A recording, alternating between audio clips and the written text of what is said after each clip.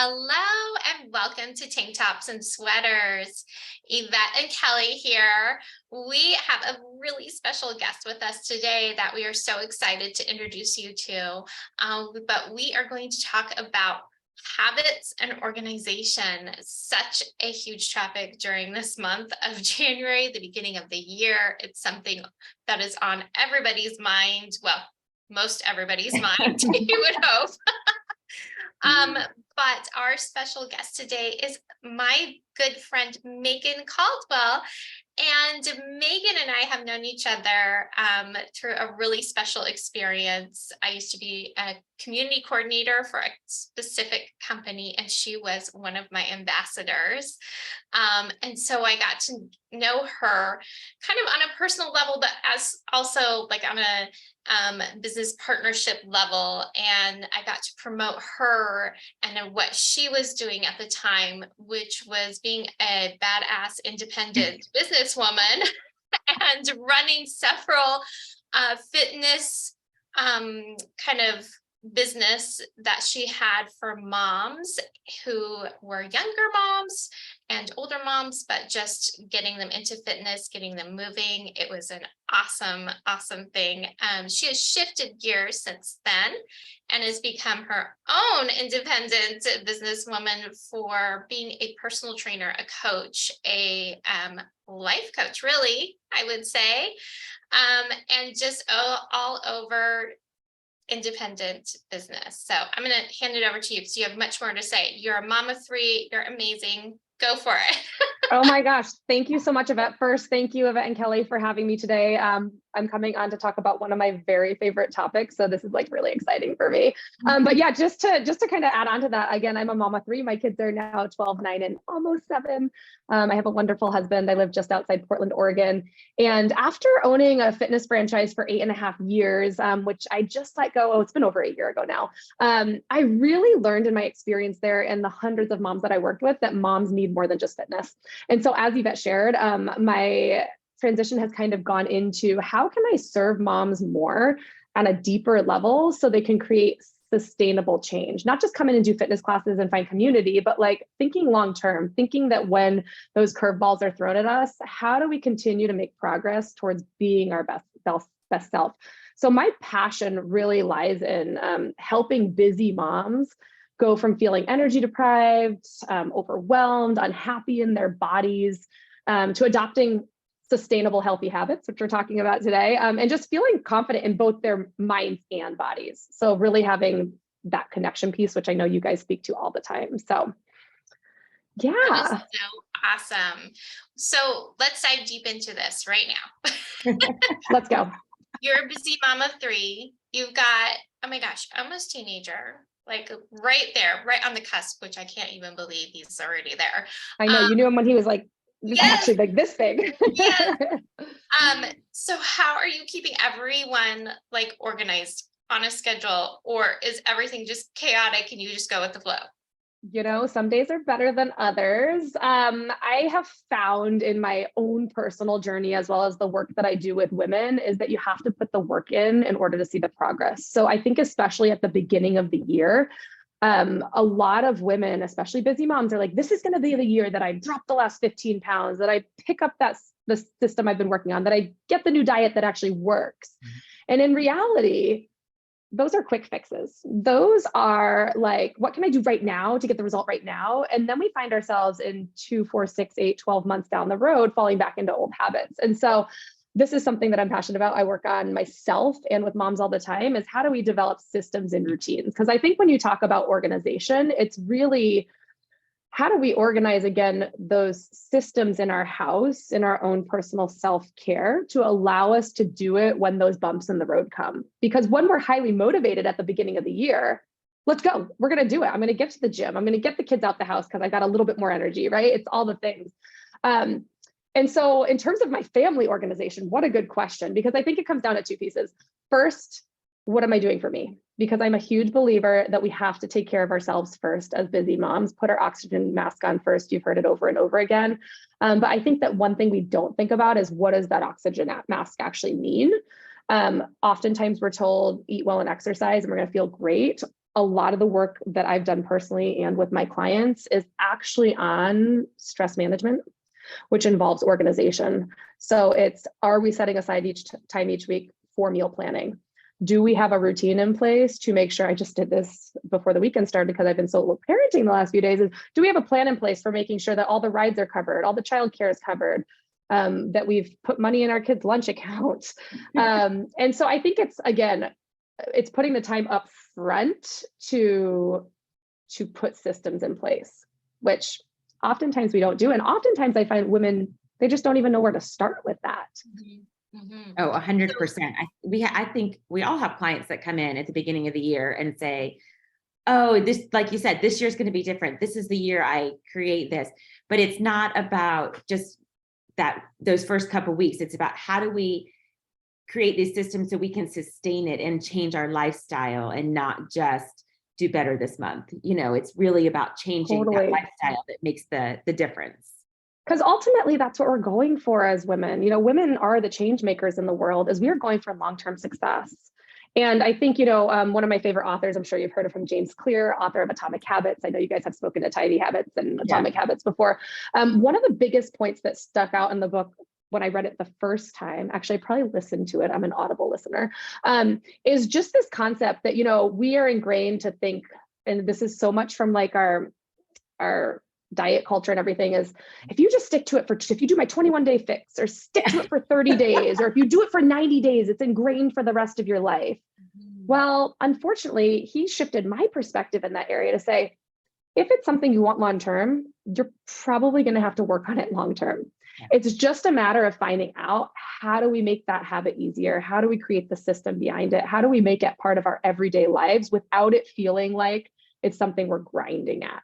Right. So it becomes more automatic, or I sometimes like to call automagic. Like it's almost magical the way that things come together. So yeah, so I think going back to your original question, Yvette, it's one, I personally have a weekly routine in terms of making sure that meals are set up for the week. Again, all the carpools and all the things. And then I think it also comes down to having some daily systems in place to 100% for myself, and then also for my kids too. It's just like I like that. It's that automatic grind, you know, of just keeping at it. And like you said, if you really want this, if this is something that you're striving for, you're going to keep working for it. It's just going to keep going and going. What is one of the things that you suggest to your clients that they start with? Like, is there a small step or a big step, or is it, you know, is it something? I feel like that's a loaded question, Yvette. My answer to start, prior to the work I've done, I was a teacher, as an educator, is we have to take a look at each client individually. So each client's needs are going to be different depending on how they come to me, right? With that being said, I always like to preface that we actually have 3 types of habits, as I like to say, is we have our doing habits. And these are the habits that we often think of: drink more water, exercise more, get to bed on time, the things that you're actually doing, right? When you do your laundry, all those things. And then we have these things which I call thinking habits, which is actually taking time to be aware of what's going on in our brain and the stories that are telling ourselves that are either helping us get to where we want to be, or they're holding us back, right? Because oftentimes our brains tell us these stories and then we create all this fear, and then we don't even take the first step, or we can't sustain it.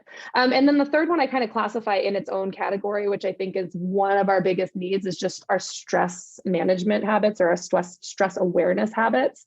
So I will give you a concrete answer in just a second. I think a lot of the work I do with women is that third piece, which is the mindfulness, is the mindset change, because we have to, when we change our thoughts, we can change our actions, which will change our outcomes, right?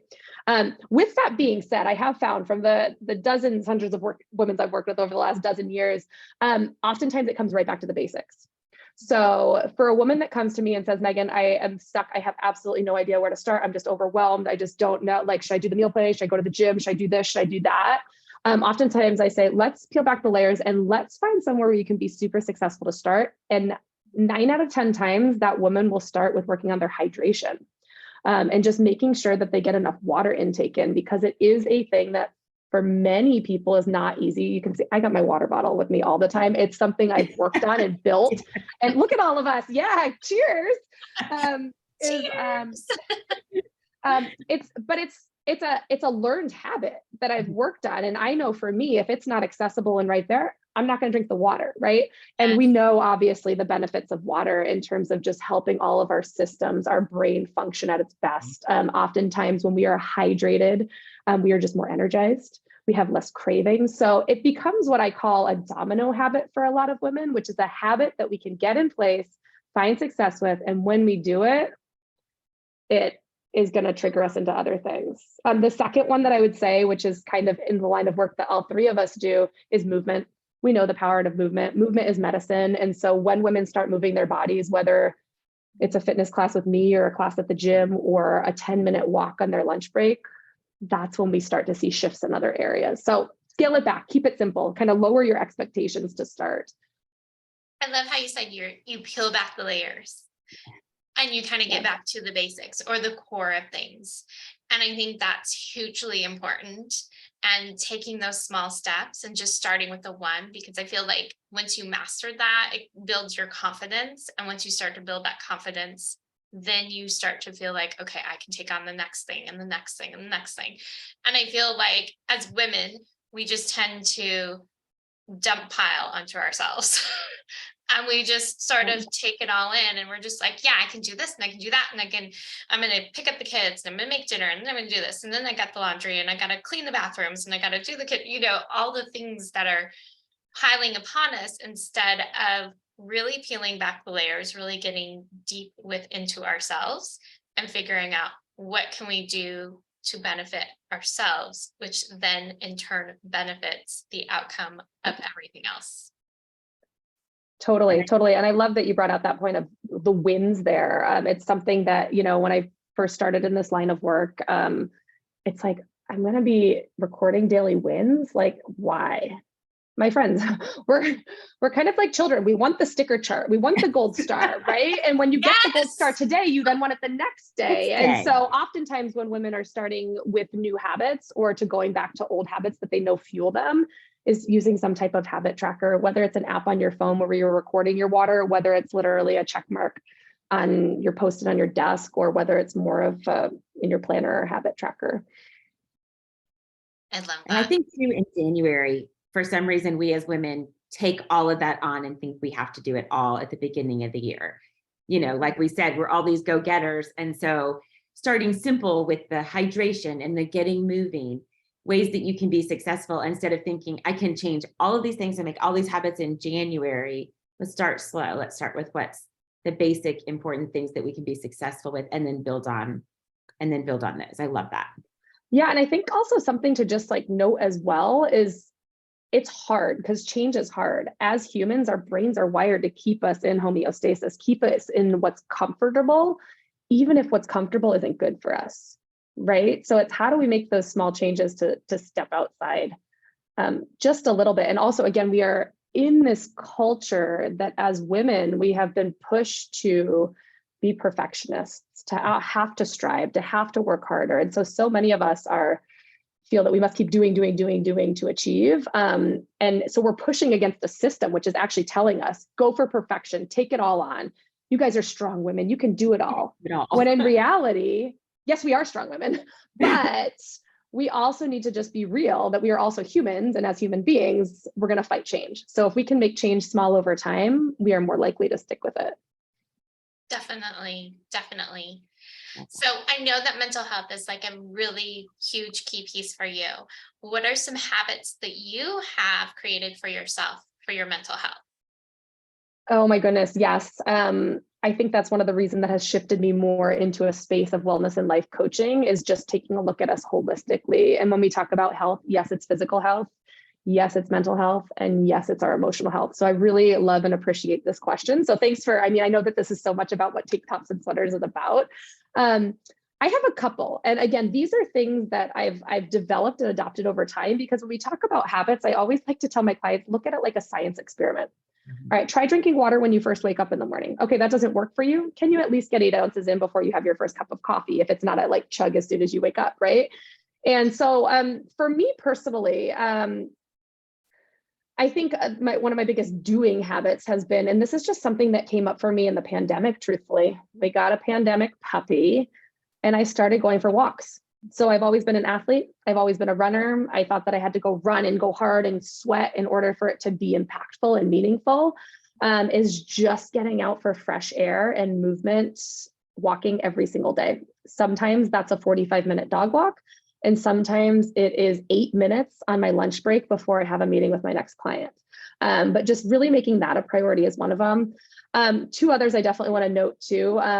I've found over the last several years just the power of breath work and just this power of turning to something that is with us all the time. You don't need the planner. You don't need the other thing. It's not a massage. It's like just something you can turn to at all times. And so one that I find myself coming to throughout the day is the 4-count breath. You guys are probably aware of, but just inhale for 4, hold for 4, exhale for 4, sometimes called a box breath. And I find myself doing that like all the time. But just, kind of resetting my nervous system to be able to take on when I'm feeling anxious or stressed or transitioning from work to mom mode. And then the other one, which is a skill that I learned from my therapist, who I started seeing about 5 years ago, when I realized, oh, my mental health is something I need help with. It's not just something I can figure out on my own. It's journaling. And as women, we have all these thoughts going on all day long because we want to solve all the problems. We want to do all the things. And it's just the way we're wired is we got to release that shit. Right. And like, how do we get it out? Like, yes, right. It's like a call to your girlfriend or to your spouse to be like, oh my God. But sometimes it's just releasing that. And so, I've played around with different ways, kind of like that science experiment. It used to be I'm going to journal daily to just kind of see where we're at. That didn't personally work for me. So now I journal during times where I am feeling anxious or where I am feeling stressed about something coming up. And usually I just try to clear all other distractions and just let it flow, even if it's for 2 minutes or 5 minutes. So those are kind of my 3 go-tos, kind of the physical exercise, kind of the breath work helps me be reflective in how I'm actually feeling. And then the journaling, just get some of that out. I'd love to hear, do you guys have any specific habits that you have found successful for your own mental health and well-being? Yeah, I do. I actually do the box breathing multiple times a day. Mine's usually like a 5-count. Just, I don't know why, that's just my number. So I do that. I do journal, but I'm the same as you. I can't do it every day.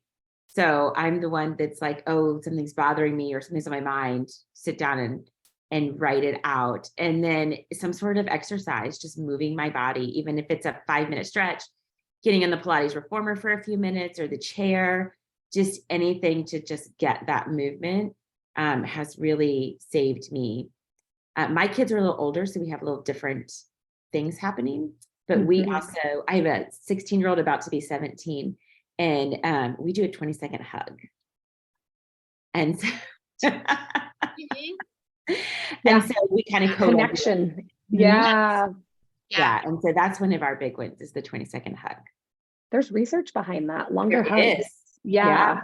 It really is. So, and that one's fantastic for everybody involved. I love that you bring in how your own self-care habits and mental health habits trickle into your family too, right? I mean, the breath work is something I do with my younger son who struggles with some anxiety and other things. And it's like really powerful to be able to share this and have open conversation about it and do it together rather than be like, mom's stressed and anxious, she's going to go up to her office and do whatever she does up there. Right. You're giving them the tools. They're seeing us figure it out too. And knowing there's not something wrong with them. This is life and this is how we deal and this is how we help each other. Instead of like, we just don't talk about it, which is kind of how it was as I was growing up, we just didn't talk about it. It's ending the stigma. It's starting to teach the next generation how to actually take care of their mental health. It's a huge part of who we are. And that, yes, taking care of your physical health is a huge thing, but mental health, emotional health is such a big part of that. And let's, stop hiding behind the closed doors and not talking about it, but let's let them know it's okay. They're going to be okay. Here's some tools that you can use to help you get through that. I love that. I think it's a huge, huge thing for all of us. and going forward, the next generation, they need that. They absolutely need that. Yes.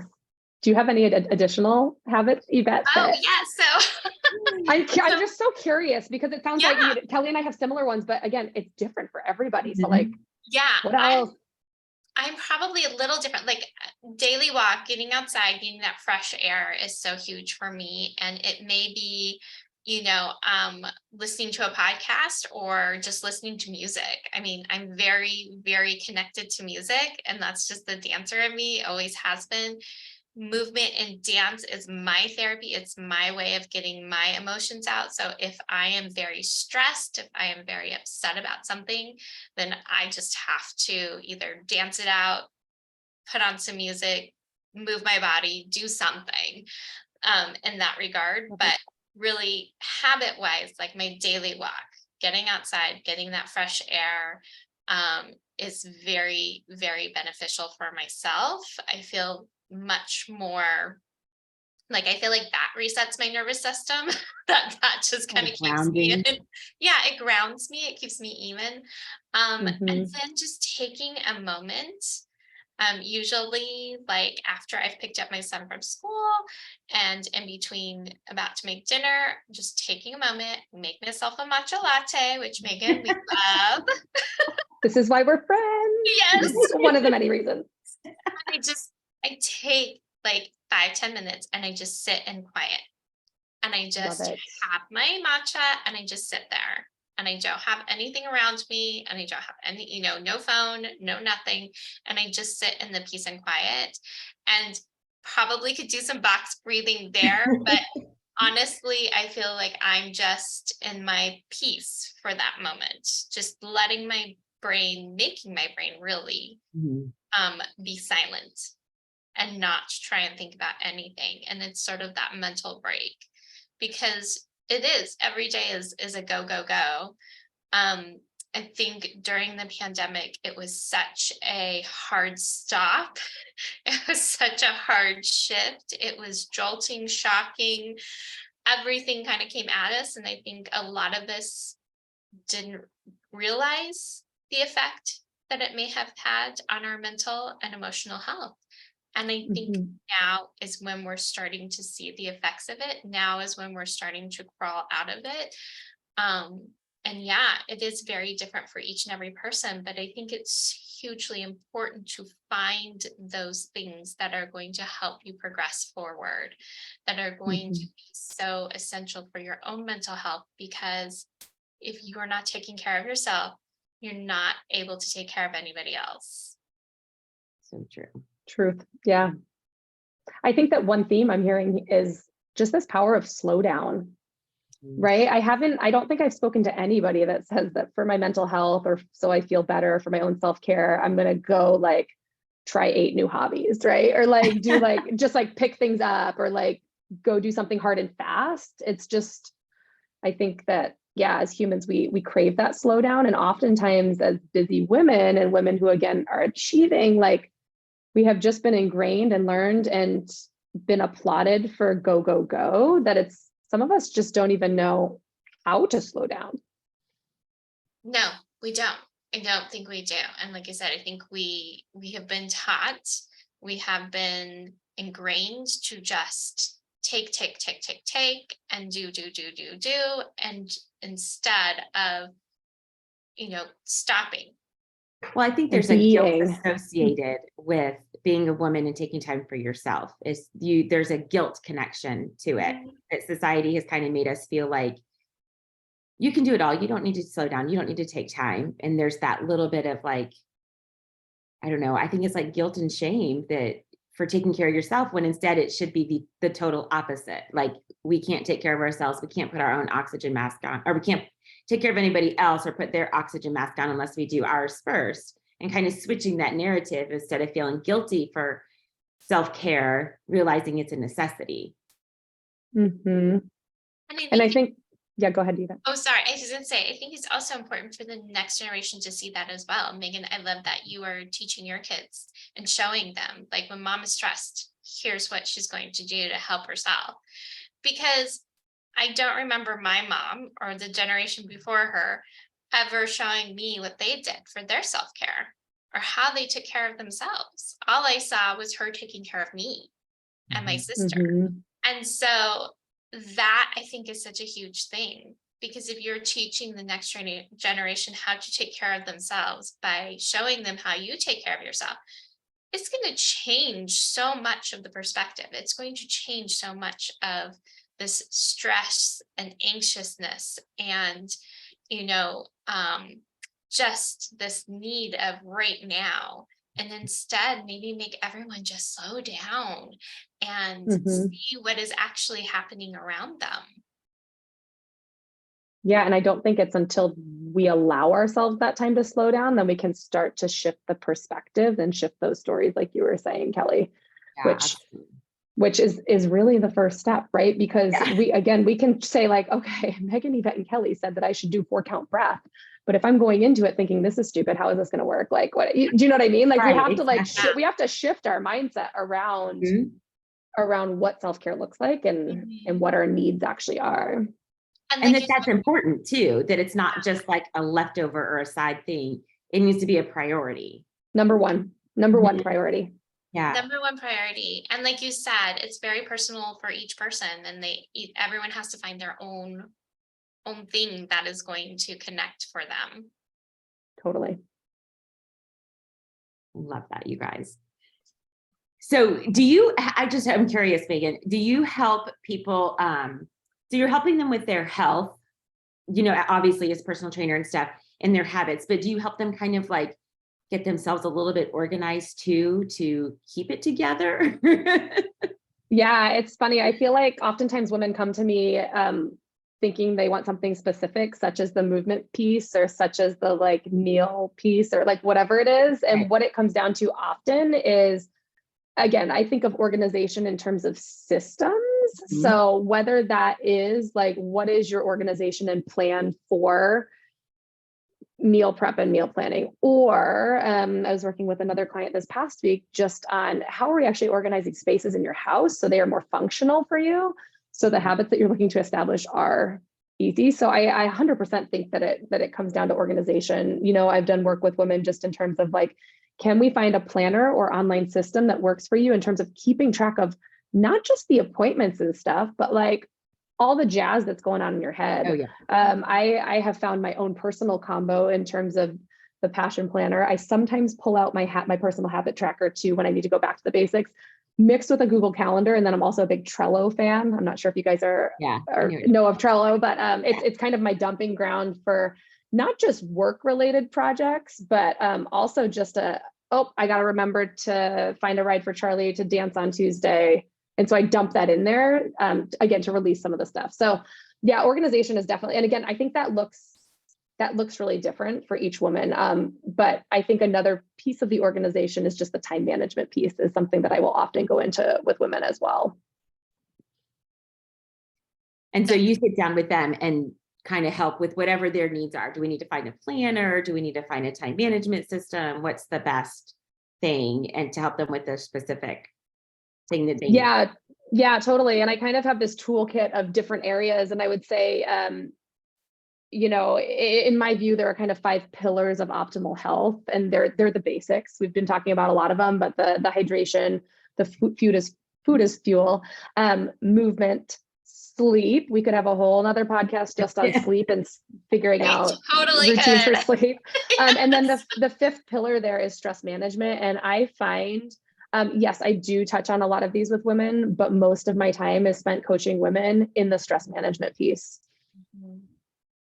Yeah, I think for obvious reasons. Yeah. We take on that mental load of remembering everything, remembering the doctor's appointments, the dentist appointments, who's got homework due, who's coming, who's doing this, who's doing that. And I think that mental load becomes so heavy sometimes. I love that idea of just dumping it in Trello. And then you can move it to whatever category you need to move it to or whatever. But I think that's probably one of the things for at least a lot of women I know is that mental load. Yeah, this concept of a brain dump is just even taking a minute each day. I typically do it beginning of day and end of day, but is to just like literally set a timer for 1 minute and just like unload everything that's coming to your mind, everything. It could be about the thing that you want to do in 10 years and just release that. The key then though, for the organizational piece is then what do you do with that? Because it can become the Post-its and the notes on your desk that then become this massive pile that then get thrown out and you're lost and you're like, I know something's important in there. So how do we keep all that together in a way that we can actually use it and make progress forward? Do you have like a bulletin board or like a place on your wall where you just have tons of Post-it notes and things?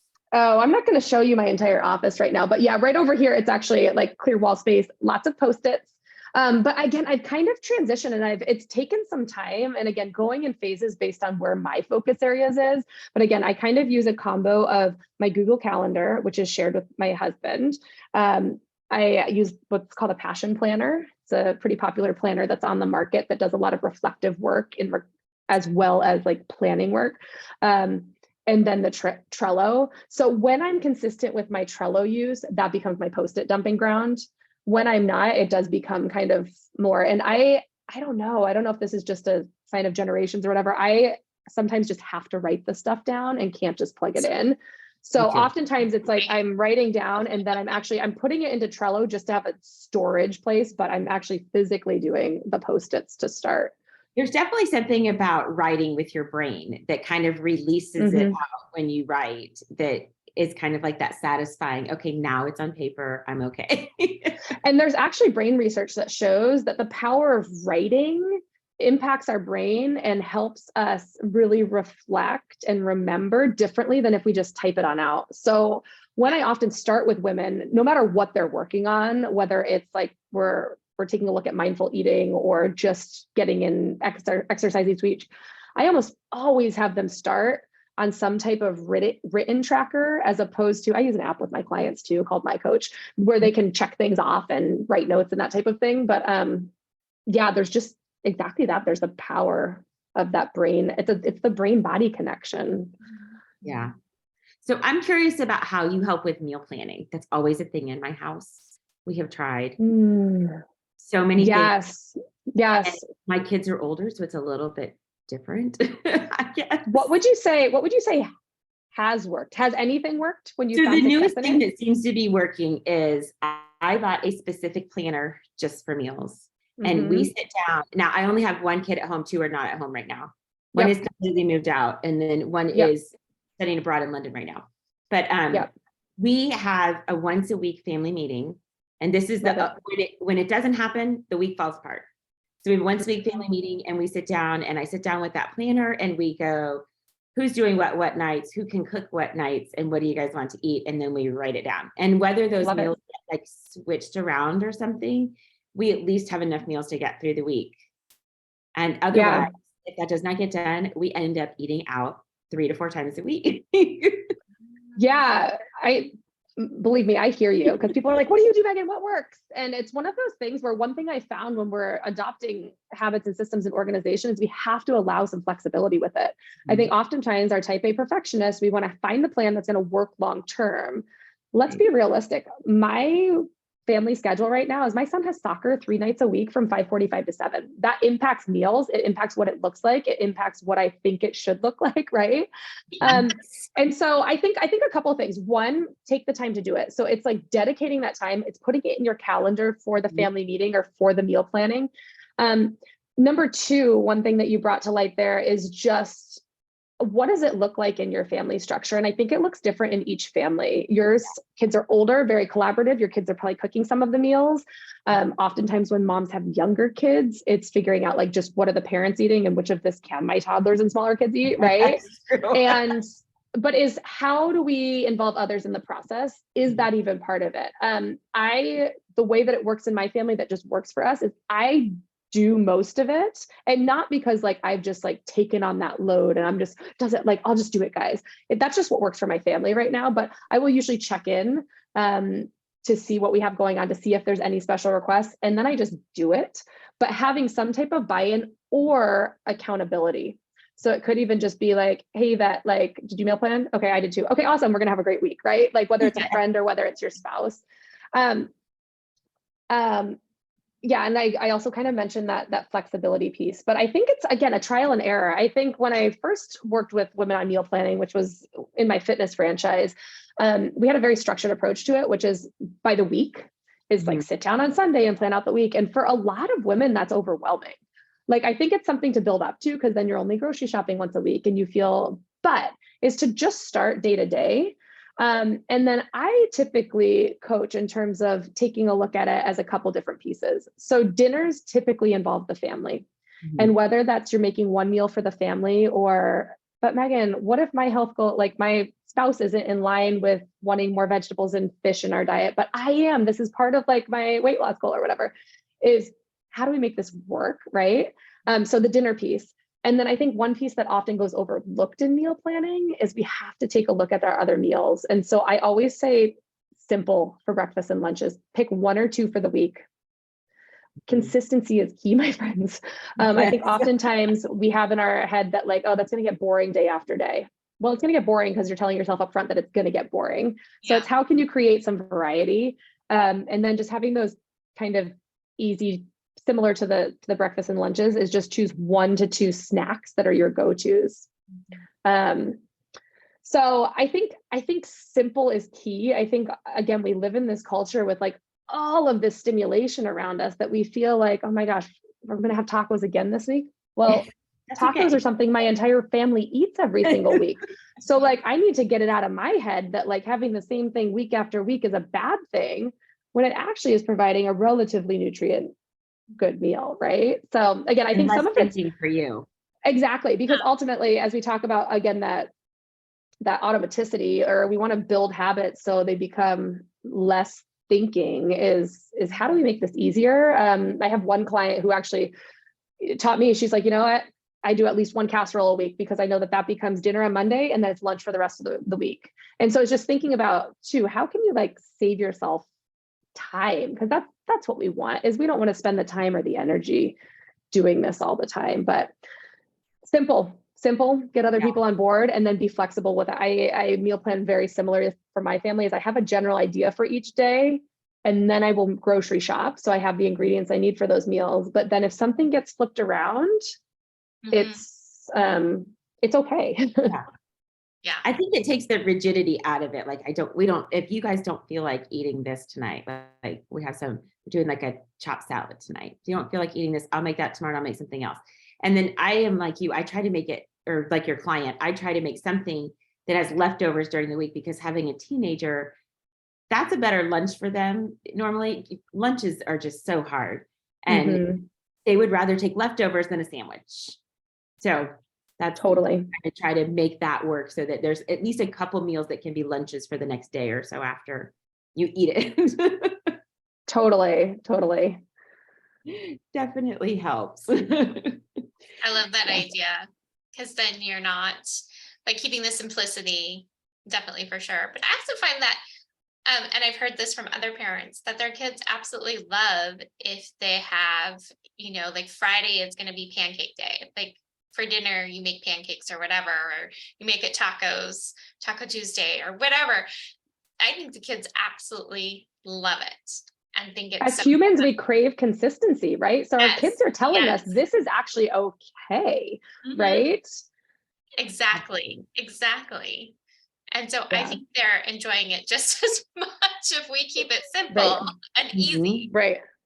But then, like you said, Kelly, going with the flow, that's totally our family too. It's just, okay, if you don't feel like this tonight, then I can make this other thing that I had planned and we can switch it around. Or, Megan, I totally remember those nights of endless soccer practices where you're just like, oh my God, how am I going to get dinner into the schedule right here? Are we going through the drive-through after practice? Or are we going right? So yeah, it is. And I think, again, the point is having a plan, because I think some people are like, we should be eating at home 7 nights a week. Is that realistic for your family? Like, we do know that if you cook your own food, you know what goes into it. There's going to be less sodium. You're going to have better options, most likely. But like, let's also be real. Like, if eating out, my family eats out almost every single Friday. Why? Because we enjoy it, but also it works for us. So even as in the work that I do, like we're still going to enjoy because that's what works for our family. So I think it's also just recognizing like what are your needs and desires, and also what is realistic in the season of life that you're in. Yeah, I like that, because I like when you set realistic goals, you're more likely to stick with them. Like to know that, you know what, on Fridays, I don't have to cook. We go out, and that's just one thing off my mind. It's much easier to stick to cooking the rest of the week. If you're like, we are never going to eat out, and then the next day comes and you're like, oh, I can't, we just want to go out or something. It's really being simple and realistic as to what works and what really happens in our family, in our daily lives. Right. Right. This is so awesome. I love these conversations. So fun. We are giving good information here. Yes. Well, thank you so much, Megan, for joining us today. We cannot thank you enough for just sharing your wisdom, your experiences, and just your all over joy of having you. So thank you. Oh, thank you so much for having me. This was a lot of fun. And also just, I love the real conversation. It's not trying to sugarcoat it or say, these are the 12 things you have to do, and then everybody fails because they're not realistic. Like start small, build up, keep making progress. I love that. Start small. Absolutely. And it just gives that, hopefully everybody a little bit of encouragement and a little bit of hope. That it doesn't have to be perfect, and it doesn't have to be the first thing you try. We can try different things and mess up and then try something else. And just like you said, peeling back the layers and starting simple instead of going full force in January. Let's just start with one thing, even if it's just the hydration, and and be successful. Exactly. So celebrate those wins. Yes, I love that. Get those little gold stars, little check marks. We're all got it. Sticker chart for the win. I'm getting a sticker chart. I'm starting a sticker chart. I love it. Well, thank you so much, Megan. And if you guys want to hear more about Megan, you can follow her on Instagram, and you're going to have to remind me because I'd have to look it up. It's Megan Caldwell PDX on Instagram. Same URL for my website as well. There you go. MeganCaldwellPDX.com. And she also has a couple little programs going on, don't you? Yeah, so a couple things. I have a Momentum 8 program, which I'm super excited. It was a group coaching program, but I am transitioning it into be a self-guided course to help women really get to not only the root of kind of those basic habits and those 5 pillars of health I talked about, but it also has a lot in there in terms of how we shift our perspective and mindset. So I've got that going on. I also am taking on new one-on-one clients for wellness coaching. So, and I also just love supporting. So if you ever have any questions, reach out. And she posts some fantastic stuff on Instagram. So be sure to follow her. Oh, thank you. Yes. And then look out for our new newsletter in February with a new class coming in February and some new blog posts too. So follow us at Tank Tops and Sweaters on YouTube, on Instagram, and on our website. And we'll see you guys soon. Thanks again. Thank you. Bye.